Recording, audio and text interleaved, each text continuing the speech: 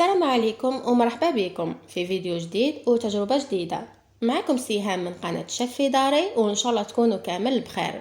جيتكم اليوم بوصفة القريوش الجزائري بمقادير مضبوطة بدون آلة توريق وبدون تعب، وخيرت ندير معاكم شكل الوردة من عند سميرة ديزاد. ما نطولش عليكم ونروح نسيوه كيف ونعطيكم رايي فيه. مي قبل ما نبداو صليوا على النبي عليه افضل الصلاه والسلام، وما تنساوناش بالابوني والجيم وفعلوا الجرس باش كل ما نجربوا حاجه جديده تقدروا تشوفوها. في لاغوسيت نتاع اليوم نحتاجوا 4 كيلات فرينه، وانا هادو 4 كيلات كاملين جاوني قيس 500 غرام فرينه، وبنفس الكيله اللي كيلت بها الفرينه حنكيل بها كامل المقادير. يعني هنا درت كيله ناقصه اسبوع مارغرين غامولي، حبي يقول خليتها برا وخدمت بها ديريكت بلا ما نذوبها، وزدت عليها مغرف كبيره زيت. نحتاجو تاني نصف كوب ماء دافي، حبه بيض، فنجانتين تاع ماء زهر، مغرف صغيره مملوءه لافاني، نصف ملعقه صغيره خميره فوريه، ملعقه صغيره ممسوحه خميره كيميائيه، قرصة ملح، واخر حاجه مغرف كبيره نتاع خل. نجيبو باسينه نقولوا بسم الله ونبداو في طريقه التحضير. نسبقوا في الفرينه هي الاولى، نزيدوا عليها لافاني والملح والمارغرين ومغرف الزيت. وهنا استعملت المارغرين غامولي ما ذوبتهاش وما استنيتهاش تبرد باش نتفاداو هذوك الحبيبات اللي يتشكلوا لنا في العجين. وتقدروا تستعملوا السمن بنفس الطريقه في بلاصه المارغرين وحتى تحصلوا على نفس النتيجه. وكما قلت لكم هاد المقادير نتاع 500 غرام فرينه، يعني اذا حبيتوا ديروا كيلو فرينه لازم تضاعفوا المقادير. ليسونسيال نحكموا الفرينه نبسوها بهذيك المارغرين بين يدينا مليح، من بعد نزيدوا عليهم الخميره الكيميائيه ونعاودوا نخلطوهم شويه. دركا نجيبوا حبه البيض هذيك ونزيدوا عليها الماء زهر، نحركوها مليح هكا وحدها باش هذيك البيضه تتحل، ومامطون الماء زهر يقتل لها ريحتها. نحركوها شويه من بعد نلوحوها في وسط الخليط.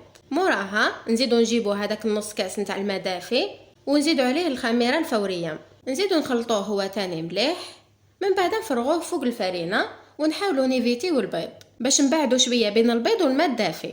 واخر حاجه نزيدوها هي مغرف الخل اللي يخدم لنا خدمه الحافظ، وهكا القريوش نتاعنا يقدر يشد لنا مده طويله.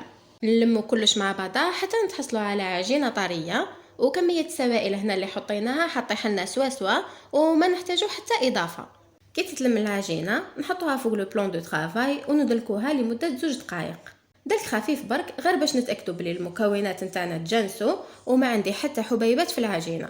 من بعد نحكموا نغلفوها بكيس غذائي ولا بسيلوفان ونخبوها في الفريجيدير من نص ساعه حتى لساعه كامله باش ترتاح. مور ما خليتها ترتاح لمده ساعه كامله جبتها وقسمتها لاربع قطعه نخليها نخدم بها، والباقي نرجع نغطيه ونخليه بجيه. وهنا حاجه نورمال اذا حسيتوها شويه خمرت خطر فيها الخميره، عاودوا هبطوها شويه وخدموا بها ديريكت. نوجد كميه تاع مايزينا باش نخدم بها ونرش منها شويه فوق لو بلون دو طرافاي. وهنا نبدا نحل في العجينه نتاعي بشكل طولي، وكل ما نحلها شويه نقلبها ونعاود نرشلها المايزينا، يعني هنا نخدموا بالمايزينا بلا شح. كي تتفتح بهذا الشكل نزيدوا نرشوا لها المايزينا من الفوق، من بعد نطبقوا الجوانب نتاعها بهذا الشكل، نعاودوا نرشوا فوقهم المايزينا ونعاودوا نغلقوا هاد الجوانب على بعضهم. هنا نخدموها كي شغل رانا نخدمو في لاباط فويتي، وهذه الطريقه لازم نعاودوها مع هذوك القطع الثلاثه اللي خليناهم بجيه. يعني كل ما نجبد قطعه جديده لازم نورقها بهذا الشكل.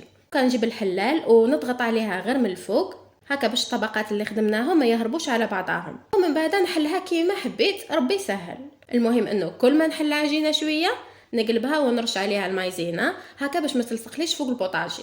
نكملوا نحلوها حتى نتحصلوا على عجينه رقيقه السمك نتاعها حوالي 1 مليمتر، يعني حتى تولي لنا ترونسبارونت والبوطاجي من تحت يبان. دركا جبت كرتونه نتاع كاي وقطعت العرض نتاعها 10 سنتيم والطول 20 سنتيم، وهذه هي اللي حنعتمدها في التقطاع باش كامل الحبات يجوني كيف وحبه ما تجيني صغيره لاخوتها. وفي هذه المرحله نحتاجو تاني بياض بيضه.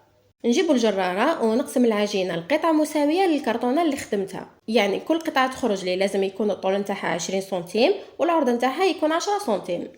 نلم هذوك لي شوت اللي قعدوا لي في ساشي ونخليهم يرتاحوا بجيه باش نرجع نخدم بهم في الاخر. ودركا نروحوا لمرحله التشكيل، نحكم بالقطعه ونقطعها بالطول بواسطه الجراره، يجوك 10 فتحات 12 حتى ل 13، يعني كل واحد وخدمته. من بعد نجيب بانسو وندير به مسحه خفيفه نتاع بياض البيض، نمسح غير الجوانب، من بعد نطويها لازوج. نزيد ندير بياض البيض في لي كوتي ونعاود نطوي مره اخرى. دركا نرفدها بيديا من البوطاجي وننفضها غير بالعقل هكا باش نتاكد بلي الفتحات ماهمش لاصقين في بعضهم. نعاود نحطها ونقطع هذوك لي كوتي على شكل في ونضغط عليهم مليح باش نتاكد بلي راهم لاصقين. دركا نروح لليمين ونحط زوج صباعتين بهذا الشكل، وباليد الاخرى نهز الطرف الاخر ونطلعوه للفوق. دركا نحي هادو زوج صباعتين اللي كنت دايرتهم لتحت ونحطهم في الحافه، نعاود نرجع الطرف الاخر ونحطوه لتحت.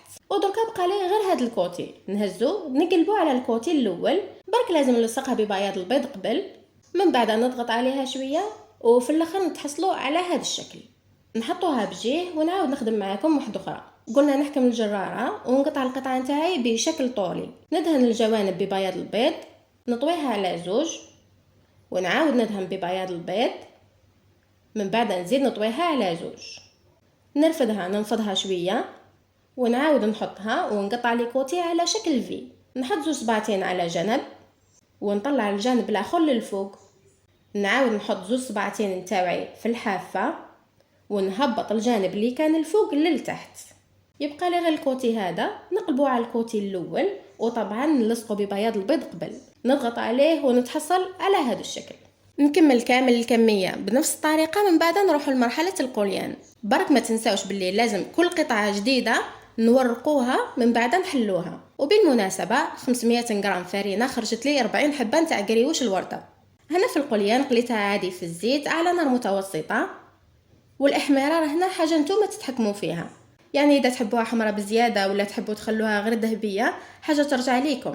برك تكملوا حطوها في كسكاس تقطر مليح من الزيت. وانا هنا في التقلاب استعملت هذا العود نتاع الشوا، ويعني عاوني خير من الفرشيطه. كملت قليت كامل واش عندي، من بعد خليتهم يبردوا مليح باش بديت نعسل فيهم.